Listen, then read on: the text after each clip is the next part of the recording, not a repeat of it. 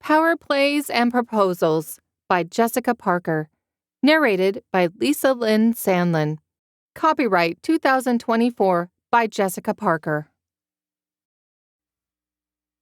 Chapter 14. Nate. I didn't know at first what was bothering me, but the feeling wouldn't go away. Practice was perfect for burning through the physical energy, but my mind still felt unsettled. Even as I went through drills and plays, a nagging sense of unease lingered in the background, refusing to be ignored. Penelope called and texted me every day to tell me how she was doing. Erin wasn't making any unreasonable demands. She'd even asked me how I felt about Penelope taking classes to help her with her art. It was surprisingly unselfish for her, and I could only guess that her sudden generosity was at her lawyer's behest. My lawyer had assured me everything was underway. The season was going in our favor, and even the press had backed down as they switched their focus to a scandal involving a rock star's drunken wedding in Vegas. But for the last 3 weeks, something had been scratching away at my subconscious. I hoped I'd be able to figure it out soon. I was starting to go crazy. Perhaps a harmless practical joke was exactly what I needed to shake off the weight of my subconscious worries. I owed Dan one for taping my gear together. After looking around the locker room, I headed to Dan's cubby and pulled out a little toy spider from my pocket. I taped it to his water bottle before strategically placing it back on the shelf. If he grabbed it like he normally did, when he went to take a drink, the spider would be right by his nose. I returned to my locker and sat on the bench to start pulling off my skates. Lou stomped into the locker room and sat down hard in front of his locker. He started to unlace his skates as he asked me, "Think Leah could score me some of those cinnamon rolls?" "She only makes those once in a while. I've only seen them at the bakery twice. Maria's still refusing to sell to you?" "Yes. It's been 3 weeks, and I even offered to pay her triple the money." My eyebrows rose in surprise. The entire team had been to the bakery multiple times, and it was quickly becoming a fan favorite. Maria had even started renaming some of her goodies after the team.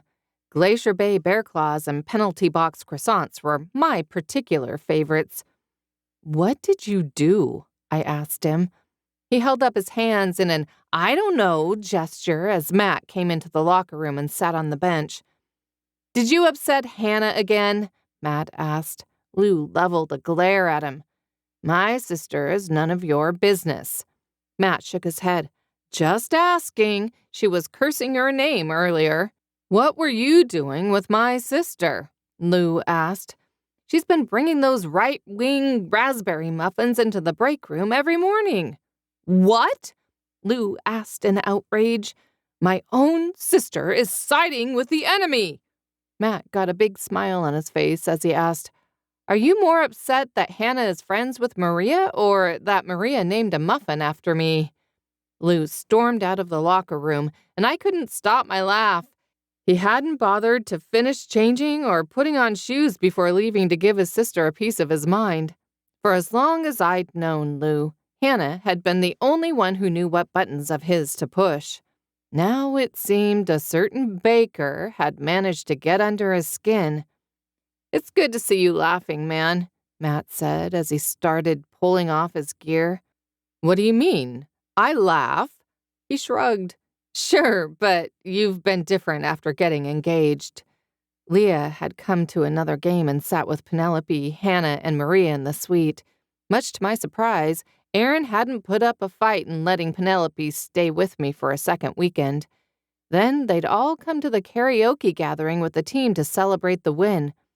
Like moths to a flame, the guys had been drawn to Leah. I'd felt a strong sense of satisfaction each time her ring caught the light and announced that she wasn't available. The guys had treated her like a long-lost sister and gone out of their way to make her feel welcome.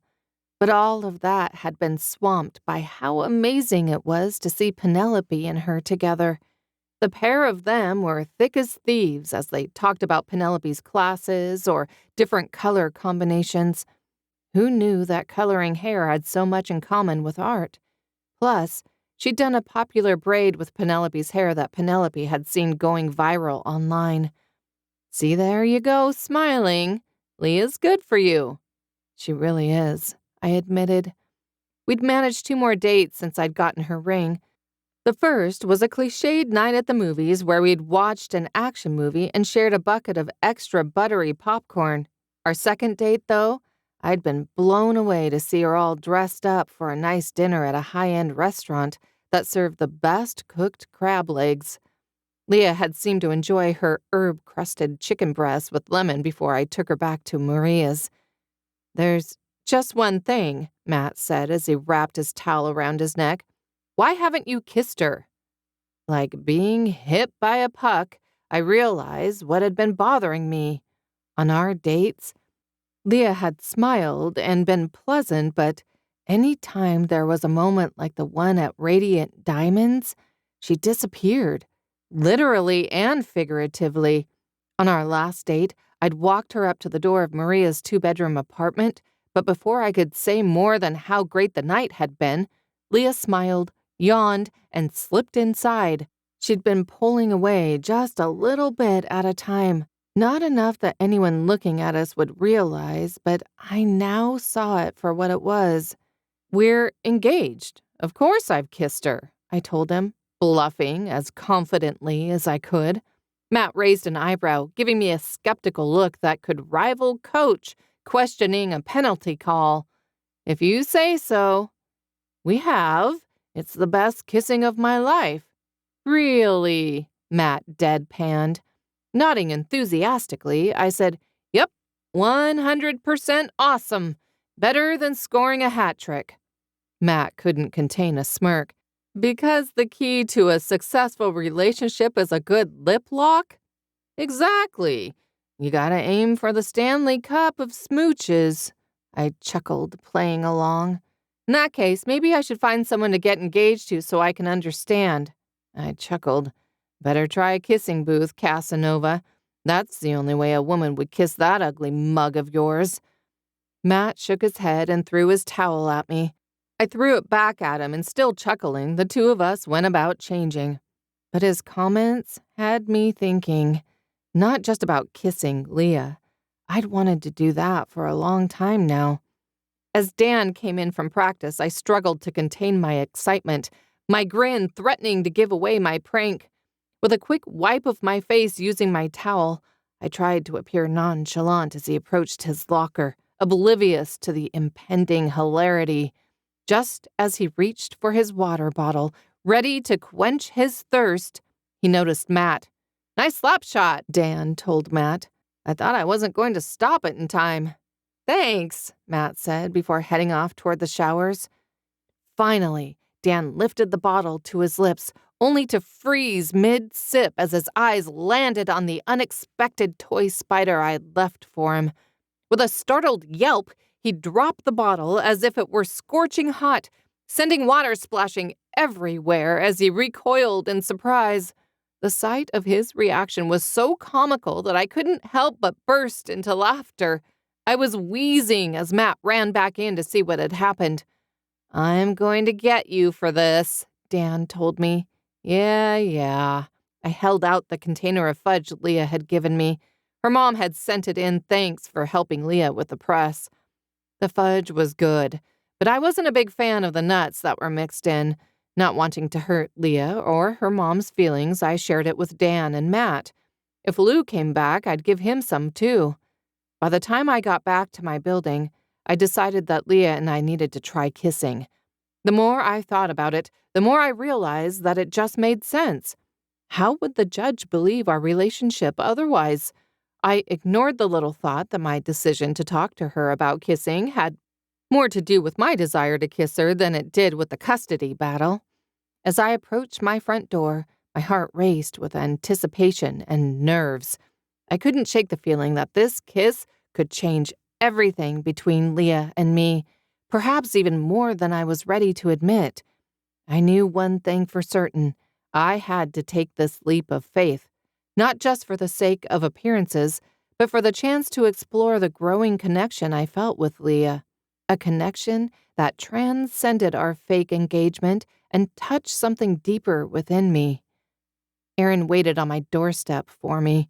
She was dressed in a black power suit tailored to her figure. I knew this because I'd paid her personal shopper bill more than once. She didn't believe in differentiating bills for Penelope versus herself and had tried to pass off anything she could as Penelope's expense. Shiny gold buttons on her jacket matched her gold earrings and rings. A sense of impending doom settled in my gut as I saw her evil grin widen when she saw me. "Nate!" She almost crooned my name. "I just had to tell you in person." Should I have my legal counsel present? She waved a hand dismissively. "Oh, it's nothing like that. This is good news." I waited for her to lay it out. I strongly doubted I'd agree with whatever she had to say was good news. The pause stretched out. She wanted me to ask, and I wasn't going to play her game. "I'm tired, Erin." Her red lips pursed into a practiced pout. When we'd first been married, I'd thought it cute. Now I knew it for what it was. One of the many tools she used to manipulate the situation as she attempted to get what she wanted. If pouting didn't work, then she'd work through the rest of her tactics. 3, 2, 1. She dropped the pout. "Fine. I thought you'd want to know that I found a buyer for the house. We close on the 5th. The sense of doom grew. Where is Penelope going to live? The smile that spread across her face was absolutely vicious. "That's the best part. I found a penthouse in New York while you took that extra weekend with her. It was so supportive of you to watch her while I found our new place." "You can't do this. I moved here because of your work. Now I'm moving to New York for Penelope's. She's 12. She doesn't work. I found a talent agency that's very interested in her. Her classes start after Valentine's Day." "You can't be serious." "Oh, I'm very serious about her art." I wanted to yell at her, but I caught sight of her phone poking out of her purse. No doubt she was recording and hoping for something to prove I was an unfit parent. I took a deep breath and shoved my fury down. "We have a custody hearing on the 3rd. Completely unconcerned, she shrugged. "You'll still get your weekends with her. You'll just have to fly to New York or pay for her ticket here." "I'm not going to let you do this." "It's already done." She laughed as she started to walk away, then paused to look back at me over her shoulder. "I'll send you the bill for the movers."